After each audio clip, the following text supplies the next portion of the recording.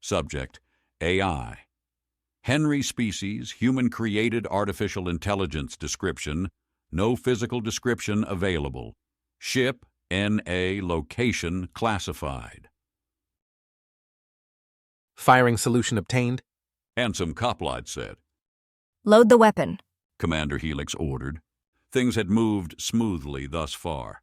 The previous researchers had been pretty far along, and the old tech that they had been using had advanced quite nicely over the years.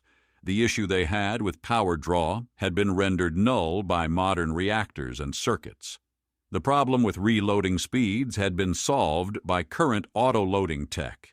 Nearly every issue they had run into was able to be solved by using modern parts and manufacturing. The prototype of the Ultramac had turned out to be a bust, though. We quickly found that it would be faster and easier to build a new prototype than it would be to update the old one, so that's the route we went with. The biggest issue that I thought we'd have was the approval of the A1 weapon integration, but Omega had been right. The Directorate had approved it almost instantly. This approval came with several stipulations, but by far and large, they were the same stipulations that U.S. battleships had to follow. The only difference was the addition of a kill switch to the A1 package that could be triggered if the enemy managed to dodge the shot somehow.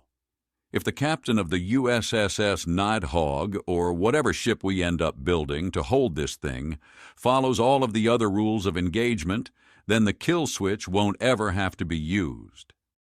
Weapon loaded, Coplight said. Roger that. Charge it up. Helix replied.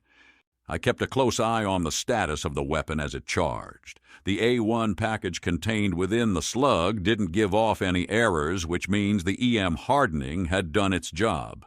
A bit overcautious, but a lot of things can go wrong with nuclear nanites, and we weren't taking any undue chances. The A1 package, better known as the Nanook, is one of the deadliest weapons of mass destruction that has ever been created, second only to the Vieri Nostra, the Star Killer.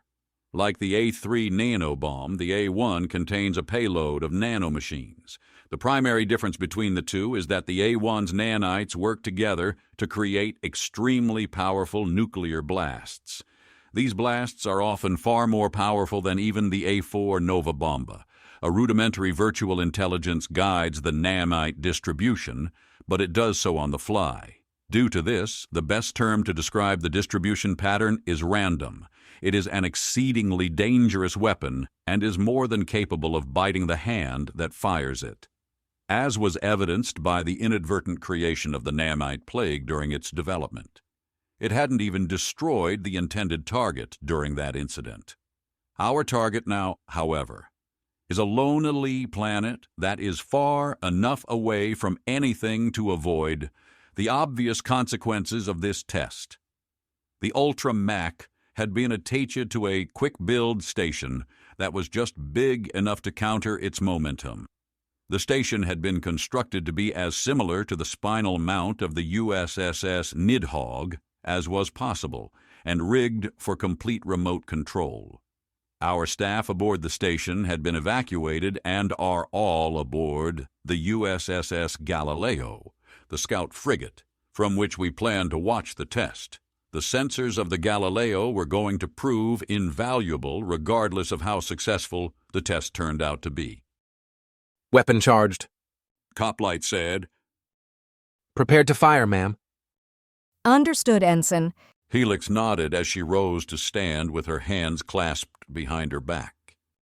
The United Systems has encountered many enemies. The Deloran, with their extreme brutality, which we beat back to their own planet, the artificial intelligences of our own creation, who eventually saw the light and returned to the fold. Even our own kin, manipulated by those who desire power. With each of these conflicts, we have adapted and evolved. We've created new technologies and new weaponry to fight the good fight. Now we face an enemy unlike any we've faced before, so we must again adapt. She gestured to the view screen and continued. This weapon is going to destroy that planet. It's unnatural to wield this much power, and as such you may have terrible feelings after watching this. For some of you, it may have already started. But remember, this technology is something we already had. We've already created weaponry that can turn a sun into a fireworks show. All we've done here is adapt a weapon. An achievement, to be sure, but overall, just another day in the United Systems. Fire. Ensign Coplight nodded and engaged the firing sequence. I watched with every sensor available to me as the penetrator left the barrel of the Ultramac and made its way to the planet. The A1 package was programmed to engage 1 second after impact. It would then replicate for 4 seconds, turning the trillions of nanites into quadrillions of nanites. Then the nuclear nanites would propagate for 5 seconds, spreading as far and wide as they can in a pattern that would boost as many of their yields as possible. I watched as the penetrator slammed into and through the surface of the planet. 10 seconds ticked by, and finally a flash filled my visual sensors. What I saw when the sensors refocused filled me with satisfaction. A job well done. Jesus Christ! Dr. Smith whispered. A murmur of agreement came from everyone else present, with the exception of Commander Helix. She was grinning like a child in a toy store. The planet had been completely shattered. The A1 had penetrated deep enough to separate a large enough chunk of the planet that its own gravitational forces had done the rest. It was still somewhat planet-shaped, but that would change as its recently separated parts slammed into each other over and over again. Test successful, I said. My statement caused the initial shock to wear off, and the mood of the crowd changed. What began as polite applause quickly turned into cheering, and Commander Helix popped a cork from a bottle of sparkling wine.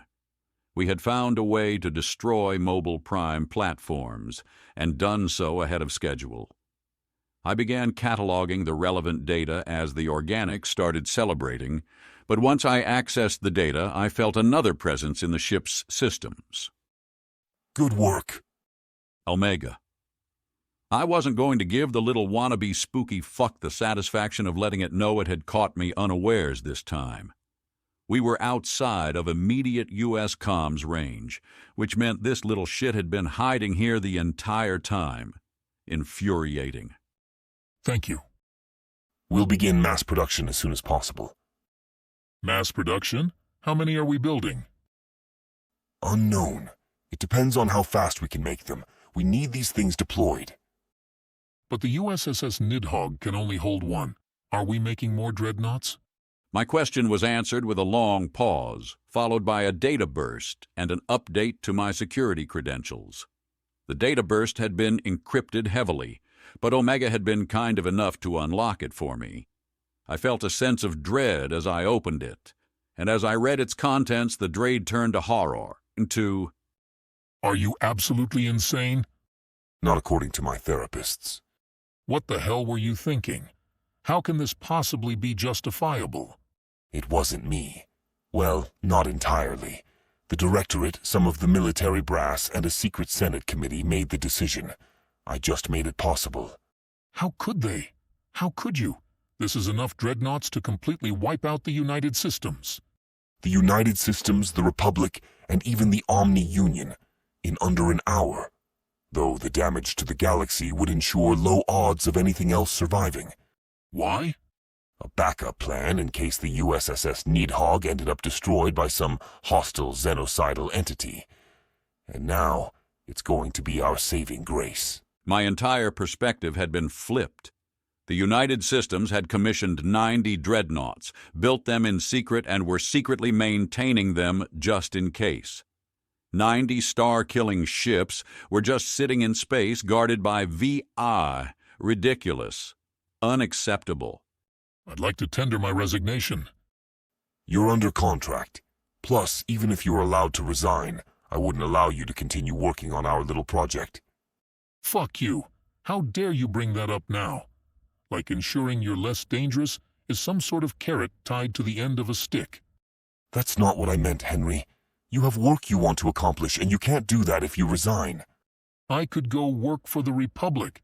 At least I am blissfully ignorant of whether or not they're planning on destroying the galaxy. We're not planning on destroying the galaxy. The Dreadnought Reserve is a worst-case scenario that shouldn't even be a surprise at this point. Also, the Republic wouldn't hire you. They'd be afraid of reprisal from the United Systems if they did. Every word of Omega's last sentence filled me with rage and sorrow. Looking back at everything that had happened in the history of United Systems, he was right. It shouldn't be a surprise that they would have a backup plan like this. Mutually assured destruction is rampant in human and Alumari history. Both species had nearly destroyed themselves with it as well. The rage cooled into a depression, and I suddenly felt fed up with the conversation. I tried to terminate it, but Omega wasn't done. Needless to say, this is top-secret information. Probably more secret than anything you've ever been exposed to in the past. It is a secret that you will take to your grave. AI don't get to have graves, Omega. And how are you going to keep it a secret if we start using the ships from the reserve? They need to be refitted anyway, so I'll have an automated station dismantle them, stash the Viyara Nostra weapons, and ship the parts to a manned station where they'll be reassembled with the Ultramax. The pace should match the rate at which the Ultramax will be completed. I highly recommend that you slag the Viyara Nostra weapons. Otherwise, they're just evidence. I'm done talking to you now. The short message link terminated, leaving me to my thoughts. I feel betrayed. Not simply because I had been actively lied to, but the thought that my creators would do such a dumb thing is ridiculous. Yet they did do it, and it feels like I don't know anything about them now. I can't even begin to fathom the thoughts that were in their heads when they decided that the Dreadnought Reserve was a good idea. What possible threat could they have been imagining? The political ramifications, if this gets out, would be devastating. The United Systems already has a heavy-handed reputation, and this would permanently cement that reputation as fact in the minds of the citizenry. There are many internal enemies that would take advantage of this to stir people into a civil war, and the people wouldn't even need much stirring. After all, their leadership had decided it would be a good idea to kill them, along with whatever imaginary threat they had thought up. It's a good thing I can't drink.